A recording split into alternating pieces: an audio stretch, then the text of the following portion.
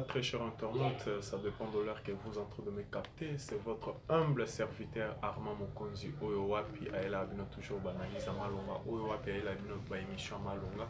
Talakaka na ba émission na bino bosepela nango socio-culturel, émission na bino a bien, émission bobengaka Armand salela biso sala bo yango quoi. Armand Mokonzi vraiment le long de Nazawa talakaka so bomoninga Nazana ba Santa boy. Nazana moi ba vie claire mon ya ba Jojo Armani hein. Talakaka c'est grâce à ma patronne hein. Marie Braxton de Londres le vibranium hein. Là Sozali ba salutation trop et puis derrière la caméra je vois Bengi le frère Ibuta frère Jackson yende muta sala avec non talakaka na ko maman soin boy quoi. Vraiment sans oublier Charlie Asifa hein. Babi yende muto kocha pe mingi quoi hein mupanzini na zomona o babengi nyamazelo balobi ça va quoi vraiment binomo boye bikaka par rapport ya ba rimer o circulaka ya ba makambo o elubamaka sur religion oyo islamique hein makambo elubama moi trop ba rimer et comment circuler par-ci par-là ya Armand Mokonzi abi toko tana na ndako nandako ba musulman to kota nanu kosolana ba musulman to yeba nanu qu'est-ce qui se passe d'abord est-ce que makambo to lobaka ezaya solo makambo to lobaka ezaya lokuta bon biso na bino to koma tantôt plutôt bino kuna o yango biso koto o yango te moko yango lelo to kotina na ndako na kati ya islam quoi to essayer un peu de découvrir avec Mukada Masoulé bonjour Armand Mokonzi. Boni santé, boni makambo nyonso, ba prière, ba activité tout ça passe bien. Oui, alhamdulillahi rabbil alamin. Kimia belokumu ezali pa ya Nzambe. Pe Nzamba azali kosala grâce, nyonso te ezali koleka malamu na volonté na ye. OK. Na volonté na kaka nde bino bomona biso ke no lelo toza en vie boye, bile ba kufi malade ye, biso na ba Charlie Asifa toujours en vie quoi. Hein? Vraiment la volonté na ye. Nzambe penazo lokumu quoi. Mukada Masoulé toko tananu moi ba question moko nanu ya moi likolo nanu. J'espère que non ba rimer o circulaka. Rimer o elobamaka bino ba musulman ba patati palala ba question ils a tellement ebelé son bino ba opposant mo lobby. Par rapport à ba rimer on est circulaka est-ce que boyoka ngo pena vraiment. Eloko ya malamu kaka nde ba kritikaka. Eloko ya malamu nde balobaka babwakaka to babambaka libanga kaka na mbuma oyo ezali ya kotela ba rimer ebandi même tangu Nzambe atindaki ntoma na biso to prophète na biso Muhammad sallallahu alayhi wa sallam amema bonne nouvelle oyo ya Islam babundisaki ye bakritikaki ye bafingaki ye balobaki nyonso tu même bafingaki aza magicien balobaki nyonso tupona ko déstabiliser religion ya Nzambe. Islam ezali religion premièrement ya ye Nzambe, inna din dillahi islam, inna din dillahi islam. La religion agréée par Dieu c'est l'islam. Abi islam ezali lokola moto oyo bato bazali koya kubwaka mai po baboma yango mais ezali kaka kopelisa yango kaka ekokufaka te po eza religion ya Nzambe. Vraiment eza religion Nzambe ndenge toyoka ba nungu par rapport ya onyo sele kaka comment na lelo que non na kati ya islam to comment mona que non comment finga ba to ba magicien ba ndoki ba nini bon tozana Mukada Masoulé lelo ko expliquer biso pourquoi bino bolingaka kopesa na ba bonjour te bonjour bonsoir ndenge to yebane ya bino ezala kaka salam alaikum na kokate koloba kona bandeko bolimbisa munoko eleki makasi Mukada Masoulé za po expliquer biso pourquoi bino bozala kaka bongo ba salutation na bino bo invokaka oto ezala kaka salutation normale quoi. Salutation ya malamu ou la meilleure salutation c'est salam en islam. Pourquoi? Parce que salam ezali plus large, plus vaste. Salam ezali bonjour te. Ezali plus vaste et plus meilleur que les gars bonjour. Parce que bonjour ezali bonne journée, bonsoir, bonne soirée. Vous imaginez quelqu'un qui a des problèmes, vous pouvez dire bonjour. Peu importe, souhait na yo ou épée c'est le haut coupé ça. Est-ce que et que s'il y a des problèmes ou azali na yango, je ne pense pas. Mais tandis que salam ezali salutation ya Nzambe na kati ya Islam, Nzambe azali kozwa moko ya ba attribut oyo babengi salam, la paix, Dieu de la paix. Mais tant ozali kopesa mutu assalamu alaikum wa rahmatullahi ta'ala wa barakatuhu, ozali kosengela ye bolamu premièrement, que la paix et la bénédiction d'Allah, de Dieu, soit sur toi. La paix, c'est-à-dire que ozali kosengela, ozali ko invoquer pour Nzambe et pas Nzambe, ozali kosengela mutu wana Nzambe achela ye kimia premièrement, après Nzambe achela ye bénédiction na ye, pe Nzambe achela ye barka na ye, bénédiction na ye likolo ya mutu wana, peu importe ba problème azali na yango mosengeli e pas Nzambe. Nzambe kitisa kimia na yo, Nzambe kitisa mapamboli na yo epai ya mutu oyo. Okoki kopesa yango na tongo, kopesa yango na butu, okoki kopesa yango 1000 fois na journée, eza na problème te. Vous voyez que ça plus large, pe ezali kitoko makasi par rapport ya bonjour. Pe si mutu kaka bonjour, bonsoir, mais soki sikoyo journée na elekaki bien te. Est-ce que bonjour wana ezali kozwa place na yango na place ya mutu? Non. Voilà. Vraiment quand mukada masula ocholoba pe ezala na bino nyonso bazolanda MB News, vraiment la paix soit avec vous. Vraiment mukada masula tozokoba komona lelo na kati ya religion par rapport de ceux qui se parlent o ezolobama ba rimer réseau circuler que non ce que okutani kana place moko balakisho o mwalimu moko azala kote wana ebandi seke kisi chez moko azala kote wana seke ya sokolaka bato ya salaka boyi ya azalaka boyi ye wana bango nde bandoki nde eseye bami partout bakombo wana ya bino chez suneni mwalimu imam elinga koloba nini na kati ya religion na bino? Nam, merci beaucoup encore. Tozali na ba titre na kati ya religion na biso. C'est vrai que na Congo batu bazali ko jeter un peu quelques critiques, bazali ko finga, bazali ko telemela eloko oyo bazali na yango connaissance te, wana bakino ebele bazali bongo. Na kati ya Islam tozana baye oyo babengaka bango ba mwalimu. Ba mwalimu baza ba magicien te d'abord, parce que mona mwalimu wana zala mutu akisi, mwalimu wana boye, mwalimu wana boye. Ba mwalimu ezate kaka komoni pe mutu alati sultani ye wana mwalimu. Mo wana d'abord ya mwalimu ezali ko uta na racine ya mo oyo babengi yango al-ilmu. Al-ilmu wana eza na lopoto ya arabe. Al-ilmu ezali na français c'est la connaissance. La connaissance d'Allah subhanahu wa ta'ala, la connaissance de la religion islamique. Maintenant, mutu oyo azali porteur ya connaissance wana de babengi azali muallimu. C'est la muallimu. Azali muallimu. Ne bobengaka mwalimu, azali muallimu. Oyo azali na connaissance ya religion. Azali peut enseignant. Azali kotangisa batu connaissance wana. Bayeba religion ezali nini, bayeba comment un musulman doit marcher, comment un musulman peut vivre par rapport à la société, comment un musulman peut même manger. Parce que l'islam ezali religion o ezali kotangisa mutu eloko nyonso tu. Biso même mai o etali pandémie ezali eloko ya sigate na religion. Parce que même prophète Muhammad sallallahu alayhi wa sallam atangisaki yango.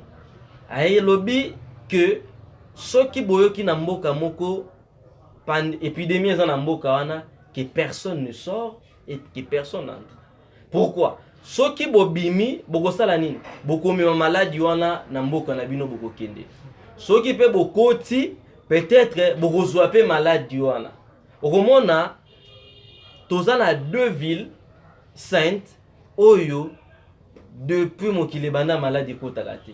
Eza la ville sainte ya Maka place prophète Mohammed abotamaka pe na la ville sainte ya Médine. Okomona même que ceux qui batu nyonso to balandaki enseignement wana couronné bimi na Chine dès que bimaki wana batu o bayaki boy batu ba so ba da déplacer te baninga ba memonte parce que biso nyonso toyebi ke na Congo batu ba na maladie wana eza batu ba bimaki libanda nde ba na yango. Voyez. Donc islam ezali c'est une éducation en fait. L'islam c'est la vie.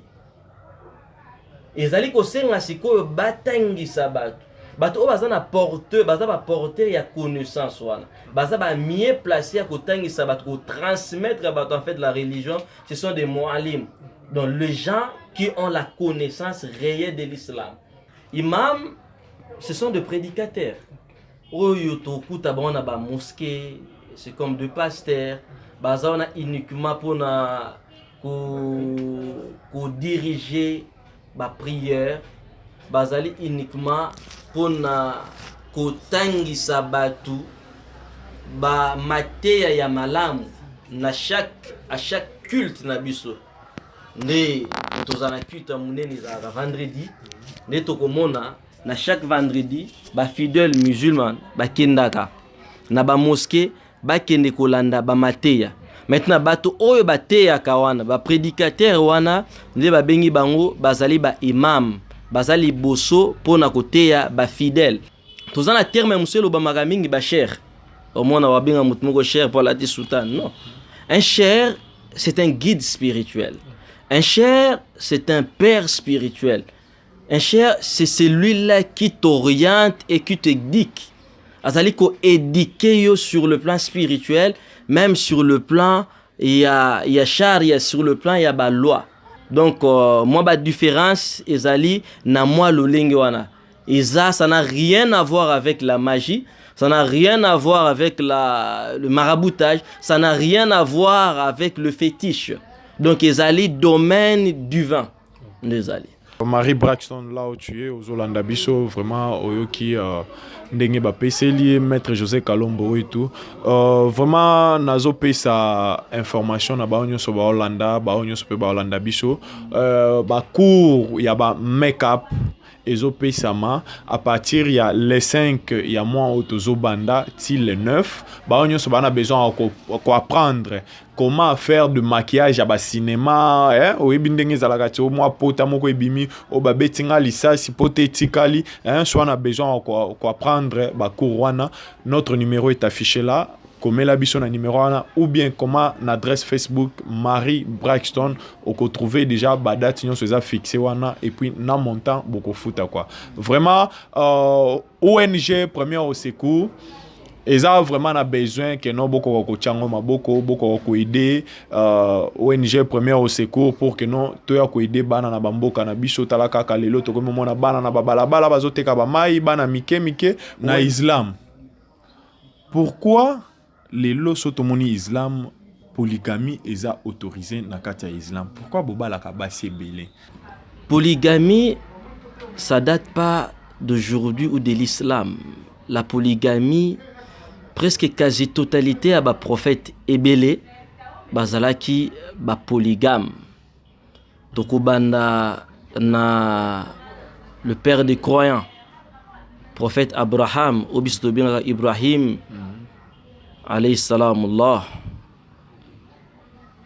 azalaki polygame. Abraham a connu deux femmes. Tozana Agar pe tozana na Sarah. Ce qui déjà tozali komona bantoma ya Nzambe. Tomoni Salomo, tomoni David. Bango nyonso twana bazali ba prophète bazalaki ba polygame. Pe polygamie ezali sagesse moko Nzambe atie yango na mokili po mutu comprendre yango esingela mutu ana kwa kobanga Nzambe. Tokomona epa ya ba chrétien epa ya ba religion mosusu bazali ko boya yango. Mais tokomona ebele baza ba polygame. Tokomona ba pasteur ebele baza ba polygame. Mais za polygamie ezali officialité. Aza marié na mwasi na ndaku mazana ba makangu na libanda. Au moins un chrétien aza marié na mwasi na ndaku mazana ba makangu na libanda. Mais ça polygamie. Et ça polygamie. Or, et l'eau wana nezali interdit na kati ya islam. Basi baza plus nombreuses que des hommes. Vous imaginez que ceux qui basi nyonso tu wana mibali baza 100, basi baza 1000, basi 1000 wana bapesi mobali moko. Et bongo siko o nyonso batikala na ba kende wapi. Pe islam ba enseignement islamique ezali koloba toute société qui bannit la polygamie. Toute société qui bannit la polygamie, société wana ekosibur ba difficulté oyoyo. Yaliboso, il y aura la prolifération de la prostitution. Bandumba bakokoma ebele. Parce que personne ne peut nier que les femmes sont plus nombreuses que des hommes. Sikoyo tozwa kaka na epai ba mindele na Europe. Babala rabasi mibalete. Babala ka mwasi moko kaka. Obali. Sikoyo ebele wana sikoyo musana bango zakani. Ndo mona ke bakomi mema na mabe. Okomona ya bandumba bakokoma ebele. Poza na mobilité. So bali basi mibale bakangiyo. La prolifération. Oyepe na Kinshasa a oleka place moko be papa o matapunda te. Aza na mobilité. Mais sikoyo christianisme solution nini yango ezali kozwa pona kobundisa polygamie. Ce bolobi ke polygamie ezali interdit ke nzambe a tia yango te, mais solution siko ezali nini pona combattre yango. Islam va permettre mais ezali obligation te. Eza condition moko ba tia yango te que tout musulman doit épouser 4 femmes. Eza bongo te. C'est pas une obligation. Ezaka ke loko ba tia yango ceux qui osa capable. Mashallah, obali. Mais ceux qui osa non pas incapable, otika no na moko na yo. Mais il y a des conditions. Il y a des conditions teka ke ozo kaka obala mwasi moko mibale ici non. Il y a des conditions o ezali wana po mutu akoka kobala. To milengele bientôt là quand tu baka bientôt là Jésus-Christ a oya. Bongo soki a yesiko. Akuto ke no zaka na ba zizani. Ba pasteur oti ape okosa bisoko. Polygamie pe tomoni pe mabe na ngo pete a. To tika ka bande ko na biso basi ba yenga libanda to kutabanga na coin. Papa okomata punda te na mata isu punda ndeni ngako cheval na bi okumbate. Nga vraiment Charlie asifa na bi ko so ka makambo nga. Tika la sekana no vraiment po eleki.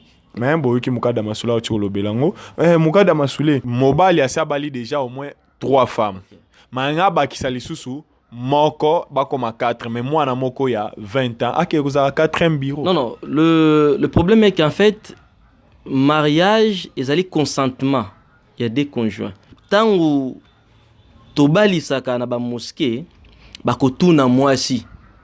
Mama, est-ce que c'est peli na mobali oyo? Bakotuna na misu ya batu pe na misu ya Nzambe. Pe mobali bakotuna. Eza consentement, il faut mwasi andima. Il faut moi sandima tozo mona ngokutu awa na Kinshasa mona mwana mwa 20 ans zobima na papa mwa 80 ans vraiment tozo mona yango bima na papa mwa 80 ans. Donc consentement moi si andima soki andimi mashallah babalani soki pa boyi ba force kate na kati ya Islam bit oyo obino boya relier la ngulu toyeba kango vraiment te ba les on dit abatu ndenge ezalaka toyoka keno ngulu aliaka muto a Mahomet ngulu aliaka loboko a Mahomet ngulu asalaka boy siko toyebaka te biti obo ya lokolia ngulu eza po aliaka muto a Mahomet o topo Jésus abwaka ka ba mauvaise sort na bangulu wana toyebite yo omeka un peu ko expliquer biso po ba nyonso bazolanda biso ba comprendre peu vraiment. Alhamdulillah rabbil alamin na mutuna po iluba maka trop.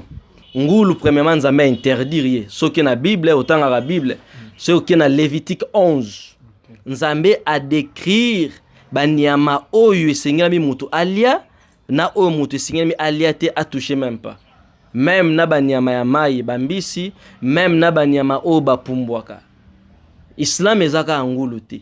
Ngulu tozali ko considérer yango comme un animal impur. Et loko o ezali na impureté, tant ozali ko consommer yango et ko créer lo ba imperfection et ko créer lo ba impureté. Donc ngulu aza nyama moko azali impur, toliaka ete na ba raison oyo na pesi ya impureté na ye. Ata yo moko soki batie ngulu awa ozotala yeska aza nyama pena mutu akolia. Tala nano ata ngulu kaka ndazalaka wana yeska aza nyama oyo mutu akolia. Chapele o bosimbaka wana boinvokaka nini bozakaka ata tomoni bino na nzela kaka ata bozoleka wapi kaka problème yango ezalaka nini biso tokoma oloba yango ezala banguba na bango baliaka bainvokaka no nzelo wako okima milimu ezalaka bosaka nango partout pona nini boko ko expliquer biso tina ya chapele bosimbaka partout. Non, merci beaucoup. Chapele tokomona yango même epai ya catholique ezaki cité ezali kaka instrument où ezali ko permettre musulman à compter ba prière ou azali ko sala. Na pese exemple tozana prière na biso moko tokoki ko benga soit suratul fatiha ou kotanga ba kombo ya nzambe ko se rappeler na Allah, mais singela mi kotanga yango 10 fois ou otanga yango 100 fois. Mais soko ozali kotanga yango na maboko ozali ko risque ko robosana. Nde chapele zali ko permettre mutu a calculaka balosambo oyo ozali ko sala. Soko ke même pas ya bato catholique okoki komona obotanga je vous salue Marie 100 fois. Ntotanga on na maboko te, so tanga na maboko robosana. Obotanga notre Père 100 fois. Na maboko boye robosana.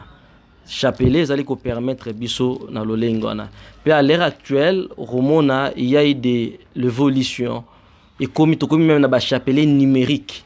OK. Ata même na ba Android, il y a même des chapelets da ozo cliquer, kune zali ko compter pour yeba nini yango ozali ko sala nombre nini yango ba prière ou ko sala.